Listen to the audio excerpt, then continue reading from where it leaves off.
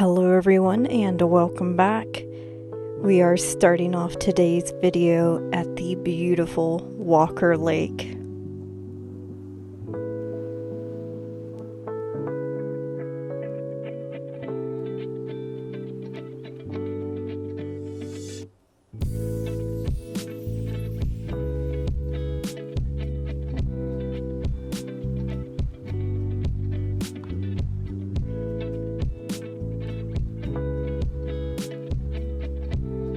This was another one of those free 14-day camping sites that is maintained by the Bureau of Land Management. You can stay up to 14 days, and with those spectacular views, why not?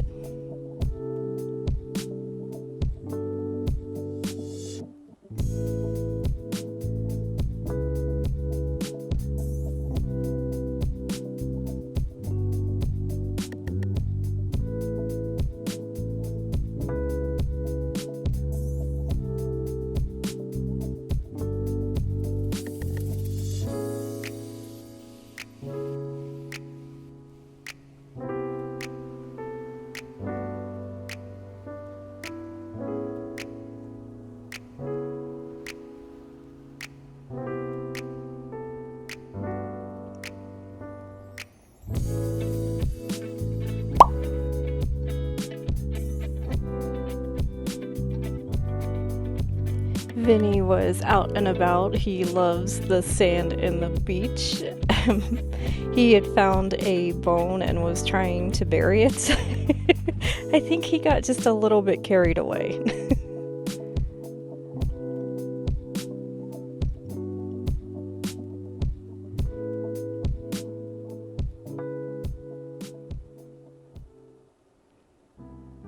This is the area we were at for Walker Lake. I decided to wander around a little bit and just explore the lake. Walker Lake actually used to be about half the surface area of Lake Tahoe, which is not too far away from here. It is now, unfortunately, only about a quarter of that in size. This is due to the input river that flows into it now is completely dried up, so there's no water coming into this area any longer. The salinity has also went up, which is causing some fish die off as well. It almost makes you wonder if Walker Lake is going to turn out a little bit like how the Salton Sea happened, where you have the massive fish die off and eventually it's just no longer habitable. Nevertheless, though, while we were there, it was beautiful to walk around. It was so calm. We had very few neighbors. We just got to enjoy most of it all to ourselves.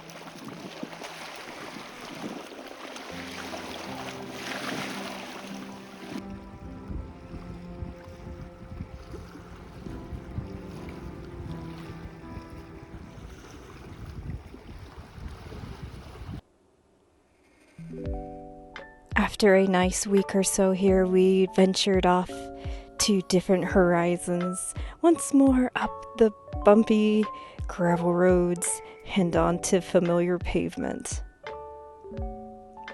This time we were headed northwards towards a smaller town.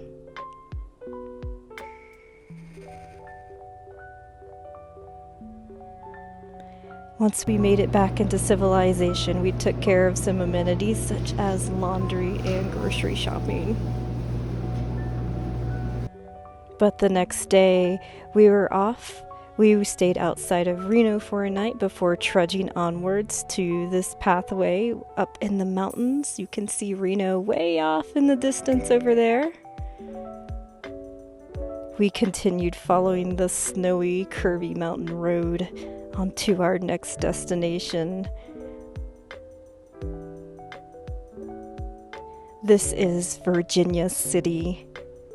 It is a very old mining town with a lot of history.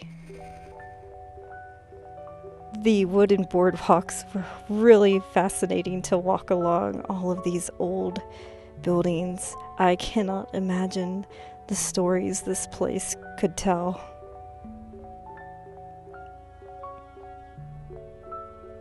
Every corner had something interesting to look at. And the distant views were also quite amazing as well.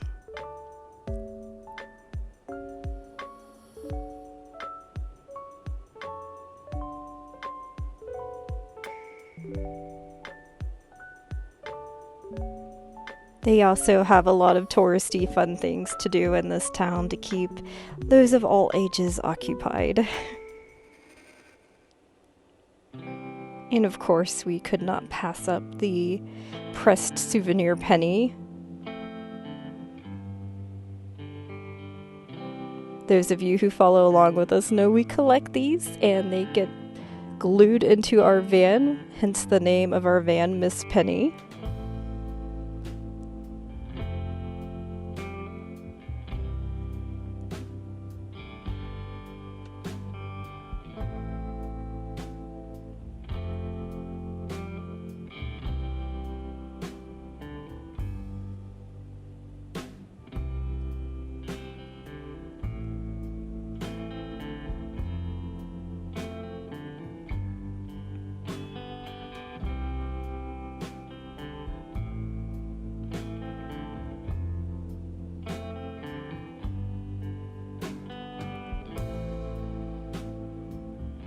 One of the more well-known occupants of this town was Mark Twain, who worked for the Territorial Enterprise, a newspaper. What is so sad, though, is the building where a lot of that history took place is boarded up and abandoned, it seems.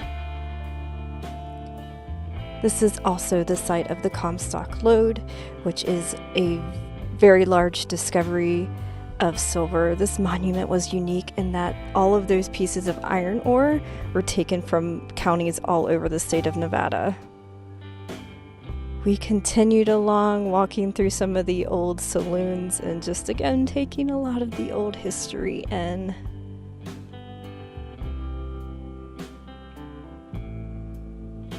But eventually we were peckish and decided on some brunch at this tiny little place on the edge of town called the Canvas Cafe, and I absolutely recommend it.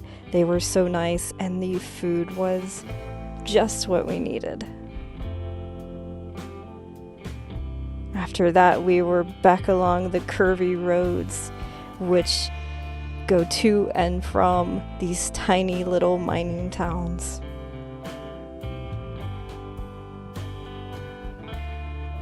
I cannot imagine having to travel these back in the day when vehicles were a luxury.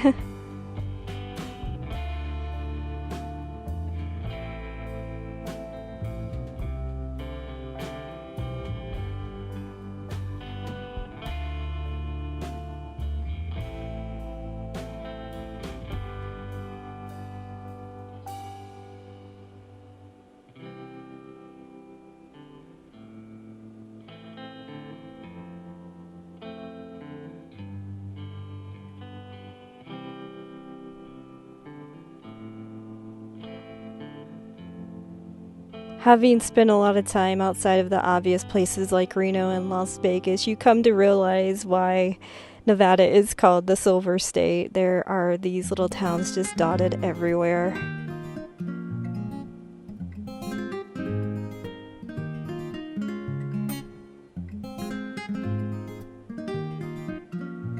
Here is a former mining operation of a time since past.